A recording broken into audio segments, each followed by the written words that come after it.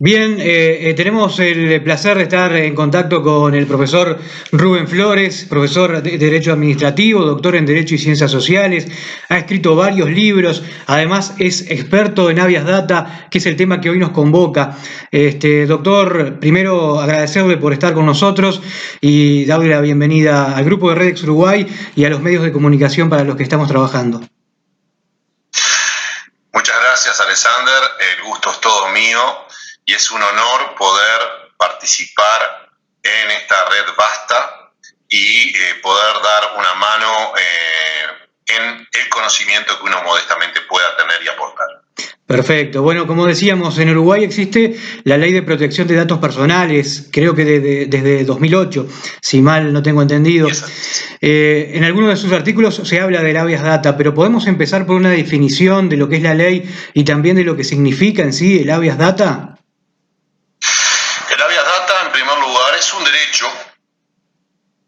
derecho que tiene toda persona de conocer qué datos tiene una base de datos o una persona sobre él, sobre esa persona, sobre sí mismo, sobre sus familiares, y a la vez es una acción, es decir, permite una acción judicial para que si los datos son erróneos, falsos, están indebidamente registrados, puedan ser suprimidos, bloqueados, etc. Derecho y acción. Todo derecho necesita para su protección una acción. Así, por ejemplo, su derecho de propiedad. Si a usted se le introduce una persona en su casa, ¿cómo hace valer su derecho? Mediante una acción. Habeas data, derecho y acción. Quería preguntarle, este aumento del tráfico online que hay debido al coronavirus a nivel mundial, si nos hace más vulnerables con nuestros datos y con ese derecho del que usted hablaba. Yo creo que evidentemente dependerá de cada caso concreto, de las medidas de ciberseguridad que puedan existir en las diversas plataformas, pero evidentemente, así como nosotros estamos encerrados, existen personas inescrupulosas que también están en la misma situación y evidentemente hace que seamos más vulnerables. Hace poco tiempo atrás hubo una nota bien interesante respecto a la intromisión en Zoom, en la plataforma que se está utilizando actualmente en forma masiva para la comunicación. Y la misma empresa lo que hizo fue, según informó, tratar de solucionar esos inconvenientes. Somos más vulnerables. Perfecto. Hay que tener mucho cuidado entonces. ¿Cómo se cuidan nuestros datos? ¿Cómo debería una plataforma online que ofrece servicios o lo que ofrezca cuidar esos datos? ¿Cómo estamos nosotros seguros de que se cuidan? Bueno, el tema, el propio habeas data que regula muy específicamente el tema de la protección y de la responsabilidad que deben tener las diversas plataformas. Lo primero que debemos tener, creo yo, modestamente, es nuestra propia protección. Creo que es nuestra propia educación lo primero que debemos tener. ¿Dónde nos conectamos? ¿Cómo nos conectamos? ¿Qué datos damos? Tener un muy buen antivirus. Y después, evidentemente, las empresas lo que deben hacer es tener justamente una ciberseguridad de la mejor calidad, con encriptación de datos, etcétera. Perfecto. Y es la más fuerte, ¿no? Encriptar los datos. Claro.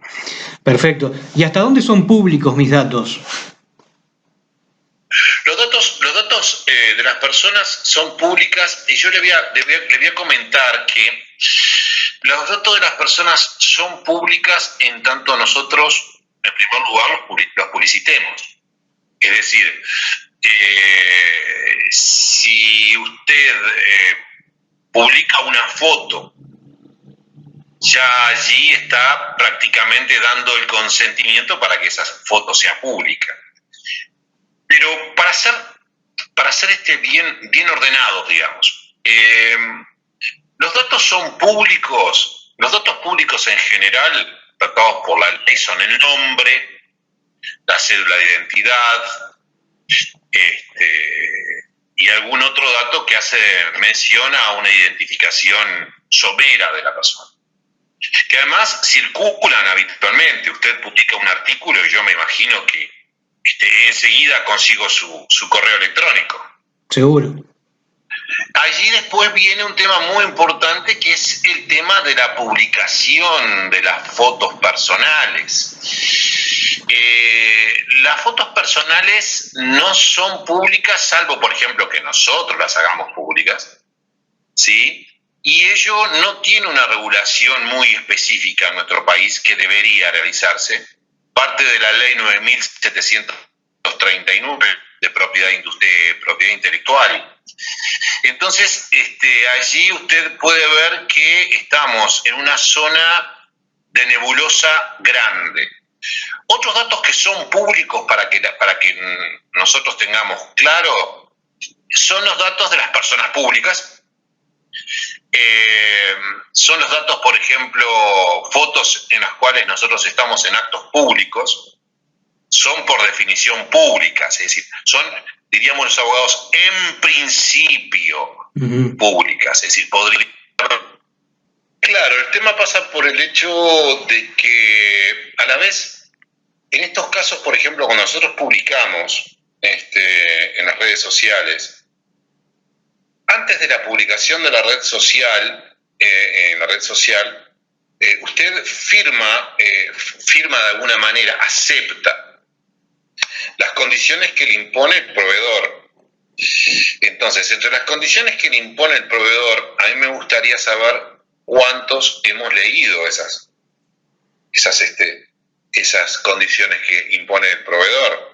Yo le digo, usted consulte a un abogado primero, o si no, lea muy bien.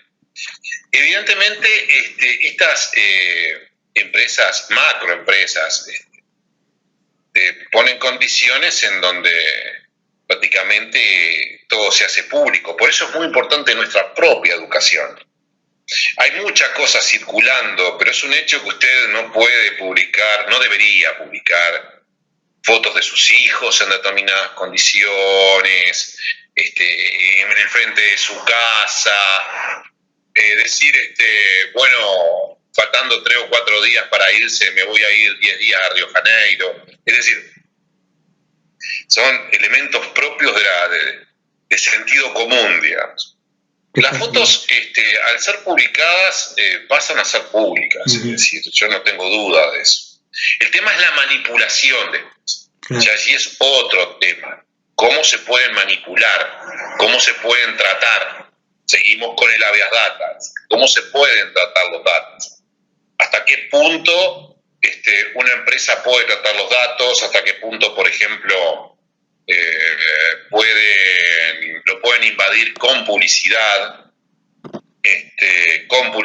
Porque evidentemente estos perfiles se extraen justamente perfiles, gustos, y te invaden con publicidad, ¿no es cierto?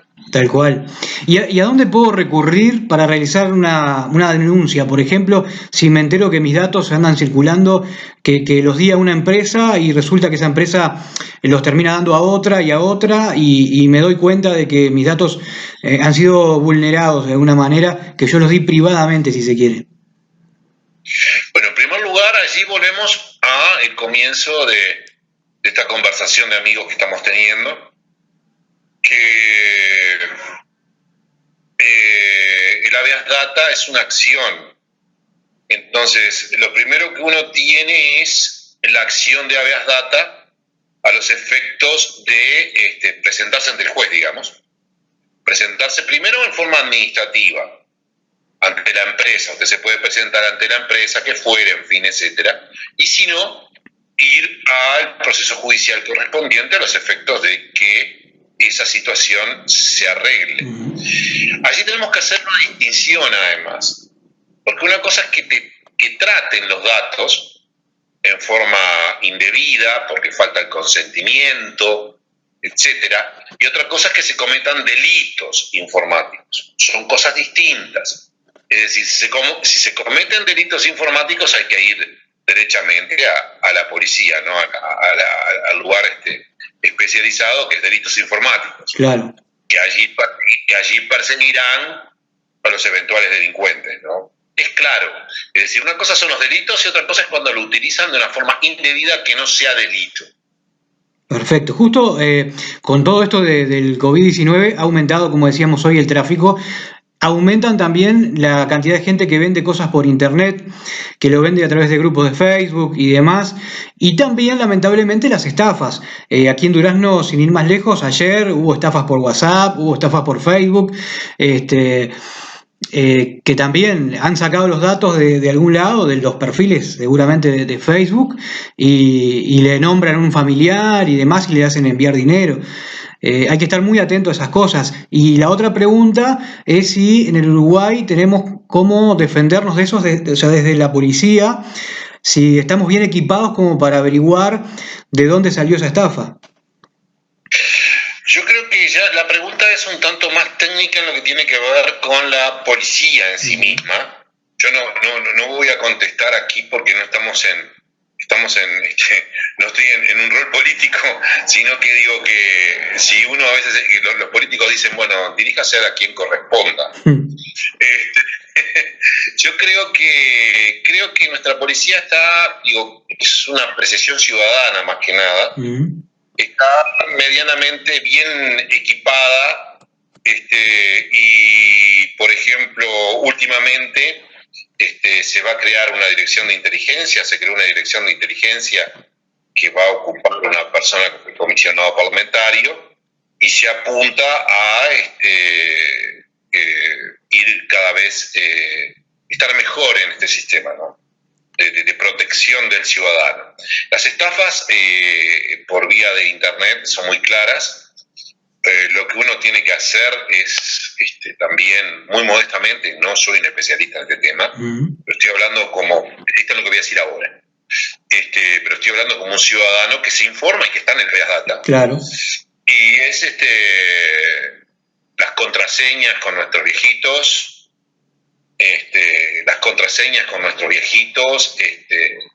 decirle a nuestros padres que a veces yo por ejemplo hace un buen tiempo que no veo a mi madre, siempre le digo que que no le entregue nada a nombre mío, que yo jamás le voy a pedir nada, menos dinero, y si llegado al caso que me llame derechamente y que usemos alguna contraseña, como usted puede usar, como se usan con los niños, es decir, medidas simples que nos pueden proteger de alguna manera, ¿no? Sí. Y hay que tener en cuenta además que los delincuentes y los ciberdelincuentes generalmente están un paso adelante de nosotros.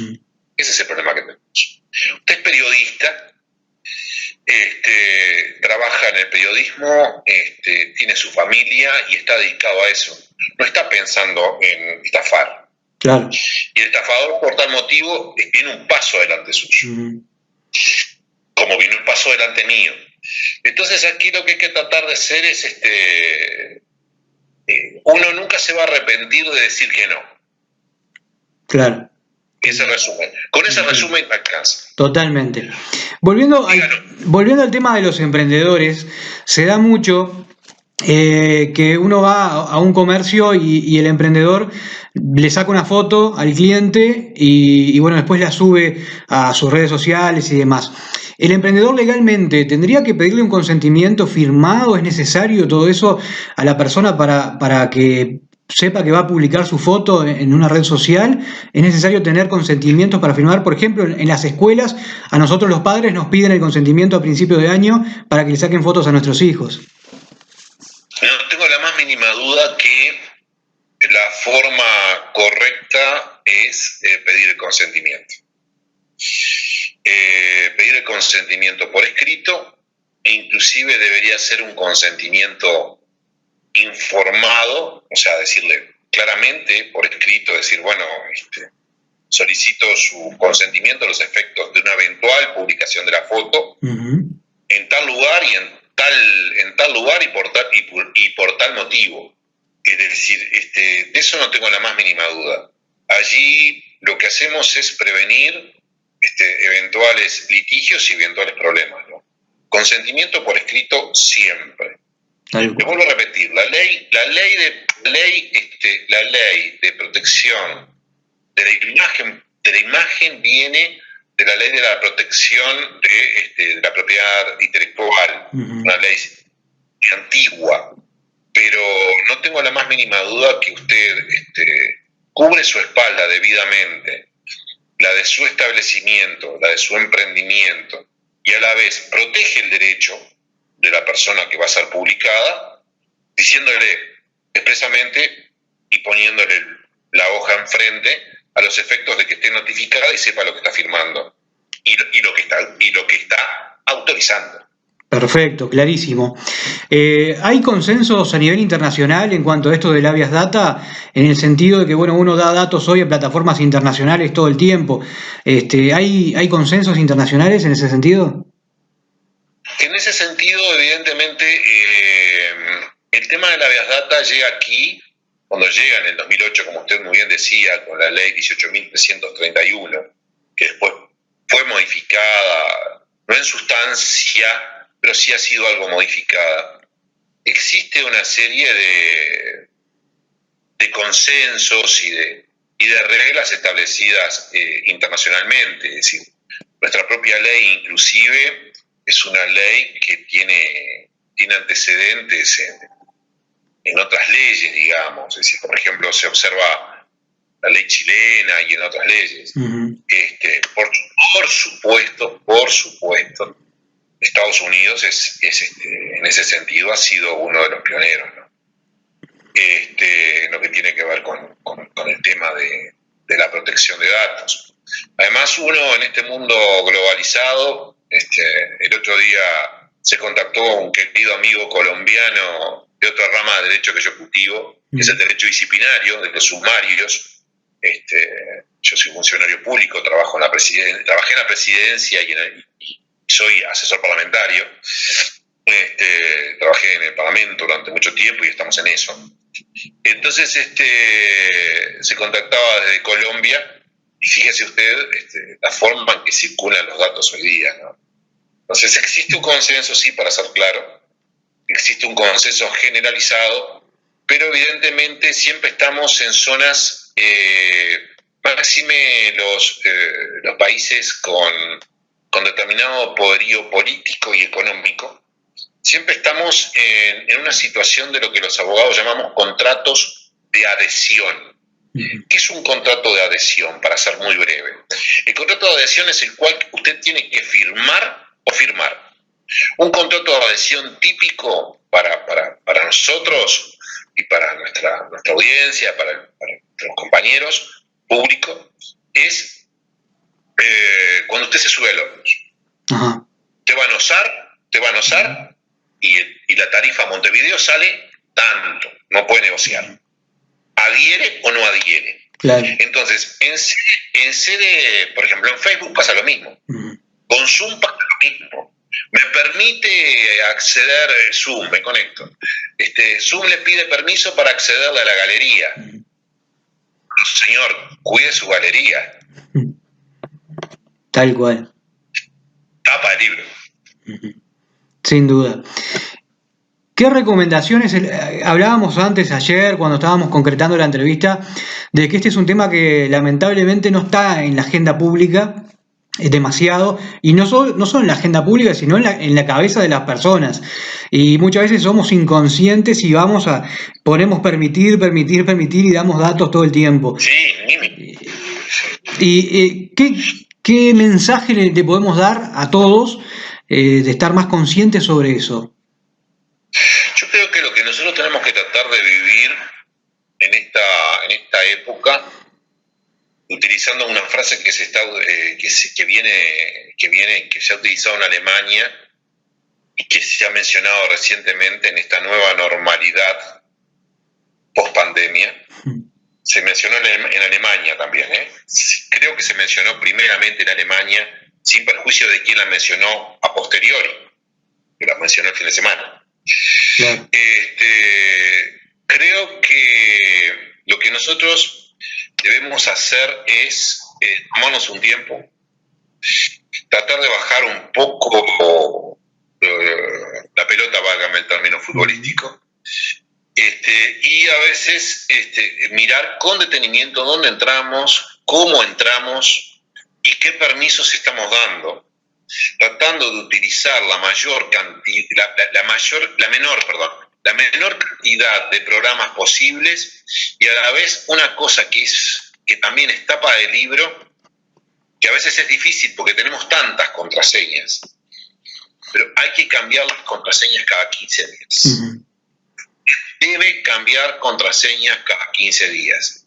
Normalice, hay que tratar de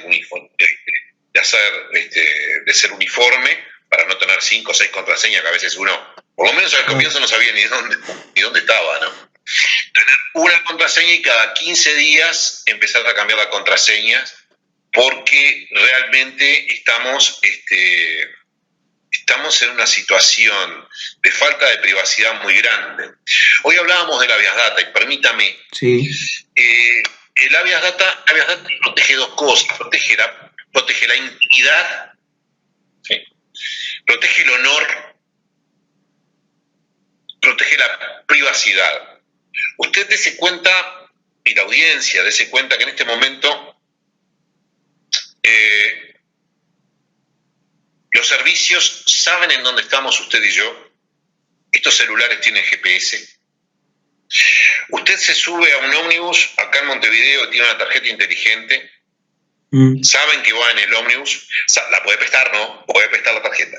Pero si no saben que usted está en el ómnibus, está lleno de cámaras. Es decir, es un tema muy fermental, es para discutirlo muchísimo. Porque está muy bien, está perfecto el tema de las cámaras. Pero a la vez, ¿hasta dónde invaden nuestra intimidad? Es decir, es un tema que en el derecho justamente lo que se trata de lograr es, cosa que es muy difícil, lograr un equilibrio, ¿no? Cambien contraseñas, tómense su tiempo, traten de utilizar una sola plataforma. Si utilizan Zoom, utilicen Zoom. Traten de utilizar Zoom, no utilicen Skype. Borren Skype. Es preferible que lo borren y que lo vuelvan a instalar. Y utilicen siempre un antivirus de la mejor calidad. Respalden los datos. Hay programas que contraseñan las carpetas, encripten las carpetas dentro de lo posible, mediante las personas encargadas de la ciberseguridad, en lo posible. En las agremiaciones, tratar de los emprendedores, los pequeños emprendedores y los medianos emprendedores y los emprendedores en general, tratar de agremiarse en ese sentido y lograr el mejor respaldo posible. Perfecto, doctor. Le agradecemos mucho su tiempo. Tenemos comprometida una charla más extensa para hacerla abierta a todos los emprendedores y demás. Así que, bueno, le dejo esa invitación que también ha sido un poco suya hacia nosotros. Así que le agradecemos nuevamente. Y esto que queríamos tener como un adelanto de este tema, que cada vez que fue hablando me pareció más interesante y hasta más miedo me estaba dando. Iba pensando en lo que estoy haciendo y creo que esa es la idea, que cada uno vaya pensando para sí lo que hace y lo que no. Así que muchísimas gracias por este tiempo. Muchas gracias por el hecho de esta fermentación, porque todos aprendemos enseñando y enseñamos aprendiendo. Recordamos continuamente conceptos. Yo ahora me voy a ir de aquí y voy a revisar algunas cosas también, no tenga duda. Sí. Y no puede ser de otra forma. Tenemos que tratar de dar a la sociedad de alguna manera retribuir a la sociedad lo que la sociedad nos dio. Estamos a vuestra entera disposición y nuevamente un gusto y saludo y fuerte abrazo a su audiencia.